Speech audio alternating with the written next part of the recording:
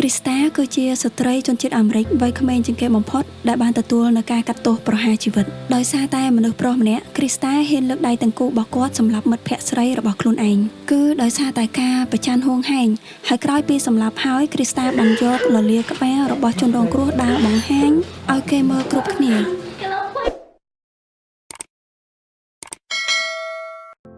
សួស្តីអ្នកទាំងអស់គ្នាសូមស្វាគមន៍នៅការចូលមកកាន់ Channel Naomi សាជាថ្មីហើយក្នុងវីដេអូនេះខ្ញុំនឹងលើកនិយាយអំពីករណីឃាតកម្មមួយដែលបានកើតឡើងដោយសារតែភាពចំណែនឬមួយក៏ជាការប្រច័ណ្ឌរបស់ស្ត្រីជនជាតិអាមេរិកវ័យក្មេងម្នាក់ដែលគាត់បានសម្លាប់មិត្តភក្តិរបស់គាត់ដោយសារតែគាត់បានសង្កេតចាប់អារម្មណ៍ឃើញថាមិត្តភក្តិស្រីរបស់គាត់ម្នាក់ហ្នឹងព្យាយាមកយកនឬក៏ឲ្យភ្នែកឬក៏របៀបដូចជាឲ្យដៃទៅកាន់សង្សាររបស់គាត់អញ្ចឹងហើយធ្វើឲ្យគាត់ប្រច័ណ្ឌគាត់គិតថាមិត្តភក្តិម្នាក់ហ្នឹងព្យាយាមចង់លួចចង់បានសង្សាររបស់គាត់ឯងរួចហើយទាំងពីរអ្នកដៃគូសង្សាររបស់គាត់ហ្នឹងបានរៀបគម្រោងផែនការនៅក្នុងការសម្លាប់មិត្តភក្តិស្រីម្នាក់ហ្នឹងបន្ទាប់ពីបានសម្លាប់ហើយក៏យកស្ទះលលាក្បាលរបស់ជនរងគ្រោះហ្នឹងយកទៅដើរបង្ហាញអួតគេពេញសាលារៀនតែម្ដងចាមុននឹងចូលទៅកាន់វីដេអូបន្តខ្ញុំក៏សូមអរគុណបងប្អូនទាំងអស់គ្នាដែលស្រឡាញ់ចូលចិត្តនៅការនិយាយក៏ដូចជាការផលិតវីដេអូរបស់ខ្ញុំនៅរាល់ការផលិតវីដេអូនីមួយៗគឺខ្ញុំបានចំណាយពេលវេលាក៏ដូចជាដាក់ចិត្តដាក់កាយនៅក្នុងការផលិតវីដេអូមួយនឹងចេញមកដោយក្តីស្រឡាញ់អញ្ចឹងខ្ញុំពិតជាអរគុណខ្លាំងមែនទែនសម្រាប់ទឹកចិត្តបងប្អូនទាំងអស់គ្នាដែលគាត់ស្រឡាញ់គាំទ្រហើយក៏មាន fan ជាច្រើនដែរដែលគាត់បានស្នើសុំមកកាន់ខ្ញុំឲ្យខ្ញុំបានដាក់ QR code ឬមួយក៏ ABA ដើម្បីឲ្យ fan ដែលគាត់ស្រឡាញ់ចូលចិត្តគាត់ចង់ support គាត់អាចsupport តាមរយៈ ABA នឹងបានអញ្ចឹងសម្រាប់បងប្អូនដែលគាត់ចង់ support គាំទ្រលើកទឹកចិត្តខ្ញុំនៅក្នុងការផលិតវីដេអូនឹងបន្តទៀតបងប្អូនទាំងអស់គ្នាអាច support តាមរយៈ ABA QR នៅកន្លែងនេះបានទៅតាមសទ្ធាក៏ដូចជាក្តីស្រឡាញ់ដែលបងប្អូនទាំងអស់គ្នាមានចំពោះខ្ញុំសូមឲ្យបងប្អូនទាំងអស់គ្នាបន្តស្ដាប់ទស្សនាវីដេអូរបស់ខ្ញុំដោយក្តីរីករាយបន្តទៅទៀតអូខេអញ្ចឹងមុននឹងពេលដែលយើងដឹងអំពីរឿងរ៉ាវលម្អិតនៃករណីឃាតកម្មយើងមកដឹងអំពី background ឬជីវប្រវត្តិអំពីកុមារភាពរបស់ឃាតករសិនជនល្មើសមានឈ្មោះថា Krista Gilpike កើតនៅថ្ងៃទី10ខែមីនា ឆ្នាំ 1976 គឺជាស្ត្រីជនជាតិអាមេរិកហើយតើខ្ញុំនឹងហៅគាត់ថា Krista ហើយ Krista បានកើតនៅទីក្រុង Berkeley រដ្ឋ West Virginia សហរដ្ឋអាមេរិកម្ដាយរបស់គាត់មានឈ្មោះថា Carissa Hansenហើយនៅឪពុកមានឈ្មោះថា Emil Glenn Pike ហើយនៅក្នុងទំនាក់ទំនងអាពាហ៍ពិពាហ៍របស់ឪពុកម្ដាយ Krista ហ្នឹងគឺមានភាពរញ៉េរញ៉ៃហើយស្មុគស្មាញច្បូកច្បល់ខ្លាំងមែនទែននៅពេលដែលឪពុកម្ដាយរបស់ Krista រៀបការជាមួយនឹងគ្នាទើបតែរៀបការបានរយៈពេល2ឆ្នាំទេពួកគាត់ក៏ត្រូវបានលែងលះគ្នា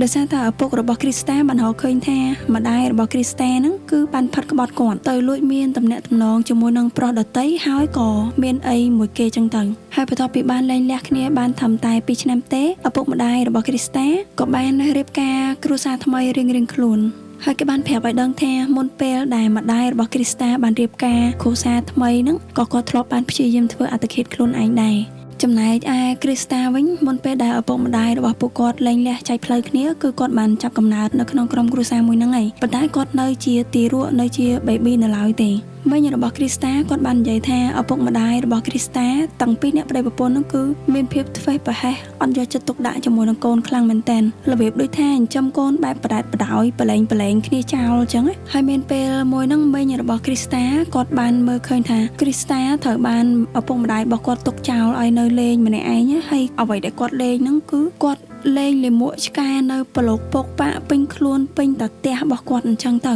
ពីព្រោះគាត់នៅទូចនៅកូនង៉ែតចឹងគាត់អត់ដឹងទេគាត់អត់ដឹងថាអ្វីដែលស្អាតអ្វីដែលមិនស្អាតទេដឹងតែថាឲ្យតែមានអ្វីនៅពីមុខគឺដឹងតែជារបស់លេងហីសួរមិនសួរហ្នឹងគាត់អាចនឹងគិតថាជារបស់ញ៉ាំយកមកញ៉ាំផងក៏មិនដឹងហើយមានពេលមួយគឺ Krista គាត់បានប្រកាច់ដោយសារតែគាត់ធ្លាប់មានជំងឺលាកស្រោមខួរក្បាលអញ្ចឹងនៅពេលដែលក្តៅខ្លួនខ្លាំងធ្វើឲ្យគាត់ប្រកាច់នៅពេលហ្នឹងគឺគាត់នៅក្នុងស្ថានភាពមួយដែលថាប្រកាច់ធ្ងន់ធ្ងរហើយឪពុកម្ដាយរបស់ Krista ហ្នឹងអត់បាននៅមើលថែគាត់ទេចំណែកម្ដាយវិញនៅពេលដែលកូនកំពុងតែប្រកាច់ហ្នឹងគឺគាត់កំពុងតែនៅខាងក្រៅនៅក្នុងកម្មវិធីជប់លៀងមួយហើយទោះបីជាមានគេទៅប្រាប់គាត់ថាកូនរបស់គាត់កំពុងតែក្តៅខ្លាំងកំពុងតែប្រកាច់ក៏ដោយក៏គាត់អត់មកផ្ទះវិញដែរគឺគាត់ជ្រើសរើសយកការបន្តនៅក្នុងកម្មវិធីជប់លៀងមួយហ្នឹងហើយនៅក្នុងអំឡុងពេលហ្នឹង Krista គឺគាត់នៅជាមួយនឹងយាយរបស់គាត់យាយខាងឪពុករបស់គាត់ យាយរបស់គាត់គឺជាអ្នកមើលថែគាត់អញ្ចឹងហើយនៅពេលដែលគាត់រៀងធំដល់ក្តីឡើងគឺគាត់បានគិតថាមានតែយាយរបស់គាត់ម្នាក់ហ្នឹងទេដែលមានក្តីស្រឡាញ់ផ្ដល់ការស្រឡាញ់ឲ្យគាត់ពិតប្រាកដក៏ប៉ុន្តែយាយរបស់គាត់ក៏អត់អាចរស់នៅជាមួយនឹងគាត់បានយូរដែរគឺគាត់បានស្លាប់ទៅនៅក្នុងឆ្នាំ1988នៅក្នុងឆ្នាំហ្នឹងគ្រីស្តាគាត់មានអាយុត្រឹមតែ12ឆ្នាំទេហើយគាត់មានអារម្មណ៍ថានៅពេលដែលបាត់បង់ពីយាយរបស់គាត់ទៅគឺគាត់អស់អ្នកដែលស្រឡាញ់គាត់អស់អ្នកដែលយកចិត្តទុកដាក់ជាមួយនឹងគាត់ពីព្រោះថាឪពុកម្ដាយរបស់គាត់លែងលះគ្នាហើយគាត់នៅជាមួយនឹងយាយហើយដល់ពេលឥឡូវយាយត្រូវបានស្លាប់ទៅចោលគាត់ម្នាក់ទៀតអញ្ចឹងគឺគាត់អស់ទីពឹងអត់មានអ្នកជួយជ្រោមជ្រែងអត់មានអ្នកលើកទឹកចិត្តអញ្ចឹងគាត់ក៏សម្រេចចិត្តប៉ុនប៉ងធ្វើអត្តឃាតខ្លួនឯងនៅក្នុងវ័យ12ឆ្នាំប៉ុន្តែអត់បានសម្រេចទេហើយក្រោយពីអត់ពីយាយរបស់គាត់ទៅគ្រីស្តាក៏គាត់ទៅនៅជាមួយនឹងម្ដាយរបស់គាត់អញ្ចឹងនៅក្នុងវ័យ12ឆ្នាំហ្នឹងគ្រីស្តាគាត់ចាប់ផ្ដើមចូលដល់វ័យមួយគេហៅថាវ័យជំទង់ឯងគេបានបញ្ជាក់ប្រាប់ថានៅក្នុងវ័យជំទង់របស់គ្រីស្តាហ្នឹងគឺពិបាកខ្លាំងមែនទែនគឺគាត់ឆ្លងកាត់នៅរឿងពិបាករឿងអាក្រក់ច្រើននៅក្នុងជីវិតរបស់គាត់ហើយគាត់បានរស់នៅក្នុងស្ថានភាពមួយដែលនៅក្នុងក្រុមគ្រួសារដែលប្រើអំពើហិង្សាហើយខ្លួនគាត់ផ្ទាល់ហ្នឹងក៏ជាអ្នកប្រព្រឹត្តអំពើហិង្សាដែរក្នុងអំឡុងពេលដែលគ្រីស្តានៅជាមួយនឹងម្ដាយរបស់គាត់គាត់មានដៃគូជីវិតថ្មីក្រោយទៀតចឹងហើយមានពេលមួយប្តីក្រោយរបស់គាត់ហ្នឹងបានវាយគ្រីស្តាដោយប្រើក្តាប់ដៃរបស់គាត់ហ្នឹងដាល់មួយដៃចំកណ្ដាលមុខរបស់គ្រីស្តាតែម្ដងហើយបរិះម្នាក់ហ្នឹងក៏ត្រូវបានចោទប្រកាន់ពីបទព្រហ្មទណ្ឌប្រើប្រាស់អំពើហិង្សាប៉ុន្តែក្រោយមកគាត់ក៏ត្រូវបានគេដោះលែងមកវិញក្រោយពីនឹងមកទៀតគ្រីស្តាបានទៅនៅជាមួយនឹងឪពុករបស់គាត់ម្ដងហើយឪពុករបស់គាត់ហ្នឹងក៏មានគ្រួសារក្រោយដែរមានប្រពន្ធក្រោយដែរគាត់ថែមទាំងមានកូនថ្មីជាមួយនឹងប្រពន្ធក្រោយរបស់គាត់ទៀតនៅក្នុងអំឡុងពេលដែលគ្រីស្តានៅជាមួយនឹងឪពុករបស់គាត់កូនរបស់ប្រពន្ធក្រោយហ្នឹងបាននិយាយថាគ្រីស្តាហ្នឹងវាយធ្វើបាបគាត់ហើយនៅក្នុងរឿងដែលថាគ្រីស្តាវាយប្អូនចុងរបស់គាត់ហ្នឹងធ្វើឲ្យឪពុករបស់គាត់ហ្នឹងខឹងគ្រីស្តាខ្លាំងមែនទែនឪពុកគ្រីស្តាបានដេញគ្រីស្តាចេញឈប់ឲ្យគ្រីស្តានៅជាមួយនឹងគាត់ទៀតហើយមានពេលមួយមានបរិះម្នាក់ខលទូរស័ព្ទមកកាន់ម្ដាយរបស់គ្រីស្តាដោយនិយាយថាគាត់នឹងចាប់រំលោភម្ដាយរបស់គ្រីស្តាអញ្ចឹងហើយគ្រីស្តានៅពេលដែលគាត់ឮអញ្ចឹងគាត់ខឹងជាមួយនឹងបរិះម្នាក់ដែលបានខលមកនឹងខ្លាំងមែនទែននៅពេលហ្នឹងគ្រីស្តាហើយនឹងមិត្តភក្តិរបស់គាត់ម្នាក់ទៀតបានយកដបងទៅវាយបរិះម្នាក់ហ្នឹងនៅកន្លែងចំណតឡានមួយវាយឡើងសំណំតែម្ដងក្រោយពីហេតុការណ៍មួយហ្នឹងមកនៅពេលដែលគ្រីស្តាកំពុងតែរៀននៅក្នុងថ្នាក់ទី10គ្រីស្តាត្រូវបានគេបញ្ជូនឲ្យទៅនៅក្នុងមណ្ឌលកុមារហើយនៅកន្លែងហ្នឹងគឺជាកន្លែងដែលគេផ្ដល់នៅការមើលថែហើយនិងការអប់រំទៅលើកុមារហើយគេក៏មានជាការបណ្ដុះបណ្ដាលជំនាញដែរហើយនៅក្នុងមណ្ឌលហ្នឹងគ្រីស្តាគាត់បានចាប់អារម្មណ៍ទៅលើមុខជំនាញមួយដែលគេហៅថា Job Corps ហើយខ្ញុំមិនដឹងថា Job Corps ហ្នឹងជាភាសាខ្មែរគេហៅថាម៉េចទេប៉ុន្តែវាគឺជាកម្មវិធីរបស់រដ្ឋាភិបាលដែលគេបង្កើតមកនៅក្នុងគោលបំណងជួយយុវជនដែលមានប្រាក់ចំណូលទាបតាមរយៈការផ្ដល់ការបណ្ដុះបណ្ដាលវិជ្ជាជីវៈហើយនិងជំនាញអាជីពអញ្ចឹងនៅក្នុងឆ្នាំ1994គ្រីស្តាគាត់បានចូលទៅនៅមណ្ឌលដើម្បីរៀនវគ្គបណ្ដុះបណ្ដាលអំពី Jobs Corps ហ្នឹងដែលមានទីតាំងនៅក្នុងទីក្រុង Knoxville រដ្ឋ Tennessee ប៉ុន្តែគេបានបញ្ជាក់ថាមណ្ឌលមួយហ្នឹងរហូតមកដល់ក្នុងពេលបច្ចុប្បន្ននេះគឺត្រូវបានគេបិទចោលហើយហើយនៅក្នុងមណ្ឌលហ្នឹងគ្រីស្តាគាត់បានស្គាល់ជាមួយនឹងបរិះម្នាក់ដែលនៅក្នុងដែរហើយពួកគាត់ទាំងពីរនាក់ក៏មានទំនាក់ទំនងស្នេហាជាមួយនឹងគ្នាពួកគាត់ស្រឡាញ់គ្នាអញ្ចឹងទៅហើយបរិះម្នាក់ហ្នឹងគាត់មានអាយុប្អូនគ្រីស្តាមួយឆ្នាំនិងគាត់មានឈ្មោះថា Daryl Sip ហើយទាំងពីរអ្នកសង្សារគេហ្នឹងគឺក្មេងៗទេប៉ុន្តែពួកគាត់បែរទៅជាមានការចាប់អារម្មណ៍ទៅលើសាសនាអាថ៌កំបាំងគឺជាសាសនាមួយដែលនាំឲ្យការថ្វាយបង្គំទៅលើអារក្សហើយនៅក្នុងពេលមួយនៅក្នុងអំឡុងពេលដែលពួកគាត់កំពុងតែរៀនអំពីវគ្គបណ្ដុះបណ្ដាលវិជ្ជាជីវៈនៅក្នុងមណ្ឌលហ្នឹងគឺពួកគាត់ចាប់ផ្ដើមមានទំនាក់ទំនងមានមិត្តភ័ក្តិផ្សេងៗទៀតហើយនៅក្នុងការរស់នៅក្នុងមណ្ឌលហ្នឹងហើយមានមនុស្សស្រីម្នាក់ដែលរៀននៅជាមួយគ្នាហ្នឹងជាមិត្តភ័ក្តិនឹងគ្នាហ្នឹងគាត់មានឈ្មោះថា Colin Slammerគាត់មានអាយុ19ឆ្នាំហើយគ្រីស្តាគាត់បាននិយាយថាគាត់ខ្នាញ់ខូត Colin នឹងខ្លាំងមែនទែនពីព្រោះគ្រីស្តាគាត់គិតថា Colin នឹងដូចជាព្យាយាមចង់ចាប់ចង់បានចង់លួចយកសង្សាររបស់គាត់ប៉ុន្តែក៏មានការអះអាងពីមិត្តភ័ក្តិរបស់ Colin ម្នាក់ទៀតគាត់បានអះអាងថាអ្វីដែលគ្រីស្តាគិតអ្វីដែលគ្រីស្តានិយាយនឹងវាមិនមែនជាការពិតទេគាត់បដិសេធនៅការចោទប្រកាន់របស់គ្រីស្តាដែលចោទប្រកាន់ថា Colin នឹងព្យាយាមតាក់ទាញព្យាយាមចង់បានសង្សាររបស់គាត់ប៉ុន្តែនៅថ្ងៃទី12ខែមករាឆ្នាំ1995 គ្រីស្តាបានរៀបចំគម្រោងនៅក្នុងការសម្លាប់ Colin ហើយនៅក្នុងផែនការហ្នឹងគ្រីស្តាគាត់បានបញ្ឆោត Colin ឲ្យទៅរោងចក្រឡអស់មួយកន្លែងដែលវាជារោងចក្រដែលគេបោះបង់ចោលអញ្ចឹងកន្លែងហ្នឹងវាឆ្ងាយហើយស្ងាត់អត់មានមនុស្សទេហើយរោងចក្រដែលគេបោះបង់ចោលហ្នឹងវាមានទីតាំងស្ថិតនៅជិតសាកលវិទ្យាល័យ Tennessee ក៏ប៉ុន្តែដោយសារតែពួកគាត់ទាំងអស់គ្នាហ្នឹងគឺនៅក្នុងមណ្ឌលអញ្ចឹងរាល់ការចេញឬក៏ចូលគឺគេមានកំណត់ត្រានៅក្នុងការកត់ឈ្មោះកត់ម៉ោងពេលវេលាចេញចូលអញ្ចឹងគ្រីស្តាគាត់បានបវល់ Colin ចេញទៅខាងក្រៅជាមួយនឹងសង្សាររបស់គាត់ដែរឈ្មោះថា Daryl Sip ហើយនឹងមានមិត្តភក្តិស្រីម្នាក់ទៀតឈ្មោះ Sadola Peterson អាយុ18ឆ្នាំអញ្ចឹងនៅពេលដែលពួកគាត់ចេញគឺមានកំណត់ត្រាកត់ឈ្មោះថាពួកគាត់ចេញទៅជាមួយនឹងគ្នាមានគ្នា4នាក់នៅពេលដែលគ្រីស្តាបវល់គ្នាចេញទៅខាងក្រៅហ្នឹងគឺគាត់ក៏ហក់ទៅកាន់ Colin ថាគាត់ចង់ជួបជុំគ្នានៅក្នុងគោលបំណងមួយដែលថារាប់អានគ្នាជិតស្និទ្ធជាមួយនឹងគ្នាអីចឹងនៅពេលដែលដើរចូលទៅដល់ក្នុងព្រៃអញ្ចឹងរោងចក្រដែលគេបោះបង់ចោលហ្នឹងវាកន្លែងដែលគេបោះបង់ចោលវាមានព្រៃមានអីស្ដុកដោយសារតែអត់មានមនុស្សនៅទេនៅពេលដែលចូលទៅដល់ព្រៃហ្នឹងគ្រីស្តាគាត់បានឲ្យថ្នាំកញ្ឆាទៅកាន់ Colin ហើយនៅពេលដែលទៅដល់កន្លែងស្ងាត់គ្រីស្តាហើយនឹងថា Daryl Sip ជាសង្សាររបស់គាត់ហ្នឹងចាប់ផ្ដើមធ្វើសកម្មភាពវាយប្រហារទៅលើ Colin អញ្ចឹងនៅក្នុងករណីនេះគ្រីស្តាជាមួយនឹងសង្សាររបស់គាត់បានធ្វើសកម្មភាពវាយដំច្រំធាក់ទៅលើ Colin ហើយបើតាមដែលគេប្រាប់ឲ្យដឹងគេប្រាប់ថាមានកាប់ទៀតណោះចំណែកមិត្តភ័ក្តិស្រីម្នាក់ទៀតដែលទៅជាមួយគ្នាមានឈ្មោះថា Peterson ហ្នឹងគាត់គឺជាអ្នកមើលផ្លូវគាត់អត់បានធ្វើសកម្មភាពវាយប្រហារទៅលើ Colin ទេប៉ុន្តែគាត់គឺជាអ្នកដែលចាំមើលផ្លូវអ្នកចាំយាមផ្លូវឲ្យហើយប្រហែលជា30នាទីក្រោយមកគ្រីស្តាគាត់បានធ្វើការគូសនិមិត្តសញ្ញានៅលើទ្រូងរបស់ Colinដោយដែលយើងបានដឹងពីមុនមកថាគ្រីស្តាហើយនឹងសង្សាររបស់គាត់នោះគឺគាត់មានចំណាប់អារម្មណ៍ទៅលើសាសនាអាថ៌កំបាំងទៅលើអារក្សការថ្វាយបង្គំអារក្សអញ្ចឹងការដែលគាត់គូសនិមិត្តសញ្ញានៅលើដើមទ្រូងរបស់ Colin ហ្នឹងវាអាចពាក់ព័ន្ធជាមួយនឹងសាសនាអារក្សដែលគាត់បានថ្វាយបង្គំហ្នឹងហើយនិមិត្តសញ្ញាដែលគាត់បានគូបន្សល់ទុកនៅលើដើមទ្រូងរបស់ Colin ហ្នឹងគឺជានិមិត្តសញ្ញារូបផ្កាយបន្ទាប់ពីគូនិមិត្តសញ្ញាហ្នឹងហើយគ្រីស្តាគាត់បានយកដុំថ្មធំមួយដុំថ្មហ្នឹងធំខ្លាំងមែនទែនយកមកវាយកំទេចក្បាលរបស់ Colin តែម្ដងហើយនៅពេលហ្នឹងហើយគឺជាពេលដែល Colin គាត់បានស្លាប់បាត់បង់ជីវិតហើយគ្រីស្តាហ្នឹងនៅពេលដែល Colin បានស្លាប់ហើយគាត់បានយកអាផ្នែកលលាក្បាលដែលបានបែកបន្ទាប់ពីពេលដែលគាត់វាយហ្នឹងយកលលាក្បាលហ្នឹងយកទៅសាលានៅមណ្ឌលដែលគាត់បានរៀនហ្នឹងយកទៅបង្ហាញគេនៅជុំវិញសាលាហ្នឹងហ្មងហើយចេញមកឡើងអញ្ចឹងអត់យល់ថាធ្វើនៅក្នុងគោលបំណងអីលេងសម្រាប់មនុស្សមួយទាំងមូលហើយយកបំណែកលលាក្បាលហ្នឹងយកទៅដើរបង្ហាញគេបង្ហាញឯងឡើងពេញសាលា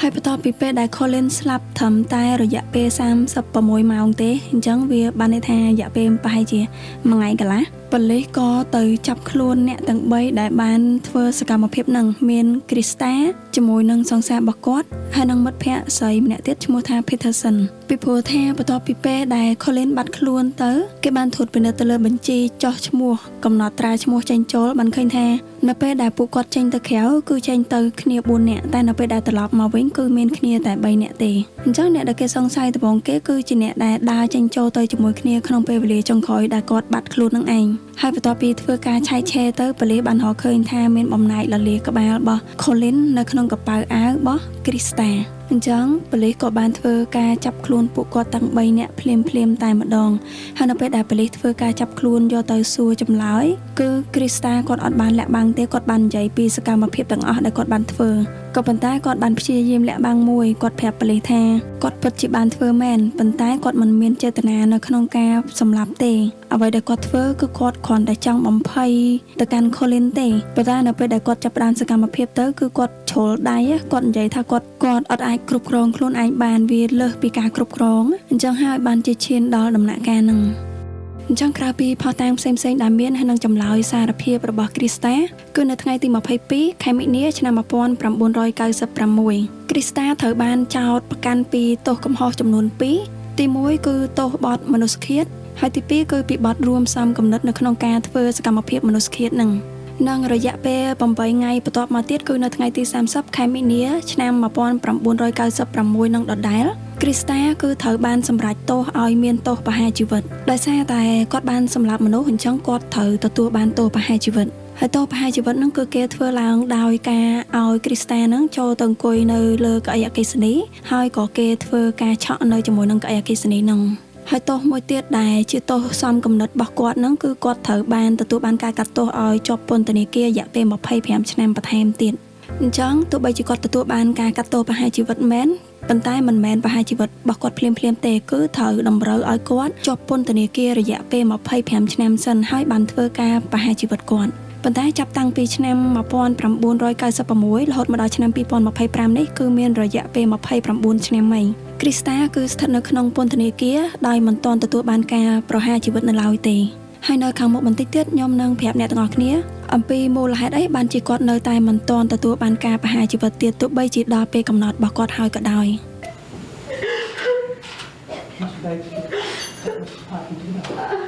Can I please have a mom before I go? Mr. Bates, please hold Miss Pike in the dock. Please, let me just love my mom. Please hold Miss Pike in the dock. I love you. I love you too. And I love you too.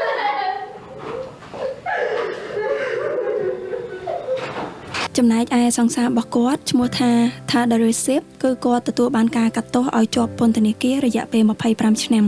ហើយនឹងមិត្តភ័ក្តិស្រីម្នាក់ទៀតដែលស្ថិតនៅក្នុងហេតុការណ៍នៃការធ្វើឃាតកម្មនឹងដែរដែលមានឈ្មោះថា Sadula Peterson គឺគាត់ត្រូវបានដោះលែងឲ្យមានសេរីភាពដោយសារតែ Peterson អត់បានប្រព្រឹត្តឃាតកម្មនឹងដោយផ្ទាល់ទេគាត់គ្រាន់តែជាអ្នកឃ្លាំមើលជាអ្នកចាំយាមផ្លូវអញ្ចឹងហើយមួយទៀតដោយសារតែគាត់បានសហការសារភាពជាមួយនឹងប៉ូលីសបានល្អ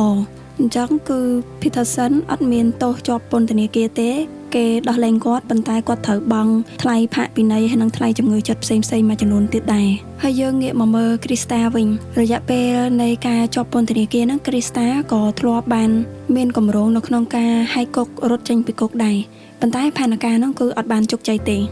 ខែមីនាឆ្នាំ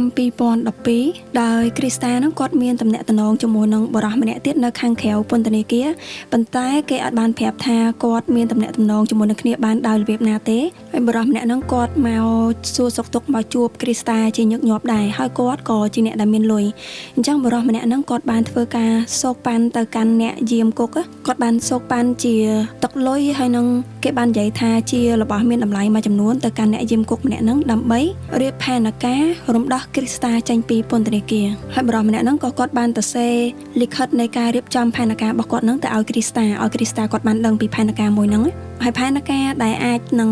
រំដោះ Krista ចេញបានគឺដោយការដែលឲ្យអ្នកយាមពន្ធនាគារហ្នឹងគាត់ទៅចម្លងកូនសោតដើម្បីឲ្យ Krista យកទៅប្រើនៅក្នុងផែនការមួយហ្នឹងប៉ុន្តែផែនការហ្នឹងអត់ទាន់បានជោគជ័យទេគឺមានអ្នកយាមពន្ធនាគារម្នាក់ផ្សេងទៀតគាត់បានដឹងពីផែនការហ្នឹងដែរហើយគេក៏បានរាយការណ៍ទៅថ្នាក់លើទើបធ្វើការទប់ស្កាត់នៃការហែកគុកនឹងចេញបានហើយបរិះដែលព្យាយាមជួយ Krista ឲ្យរត់គេចខ្លួនហ្នឹងគាត់ក៏ត្រូវបានប៉ូលីសចាប់ខ្លួនហើយក៏ដាក់ឲ្យជាប់ពន្ធនាគាររយៈពេល7ឆ្នាំចំណែកម្នាក់ទៀតដែលជាឆ្មាំគុកដែលបានចូលរួមចំណែកនៅក្នុងការទទួលសំណូកសុកប៉ាន់ដើម្បីជួយនៅក្នុងការជួយឲ្យ Krista រត់គេចខ្លួនហ្នឹងគេអត់បានកាត់ទោសគាត់ទេប៉ុន្តែគេបណ្ដេញគាត់ចេញពីការងាររបស់គាត់ហើយរឿងដែលឆ្មាំគុកម្នាក់ហ្នឹងគាត់ទទួលសំណូកពីគេហ្នឹងគឺគេអត់សូវបានបើកចំហនៅរឿងរ៉ាវមួយហ្នឹងទេដោយសារតែវាអាចប៉ះពាល់ទៅដល់ការងាររាជការ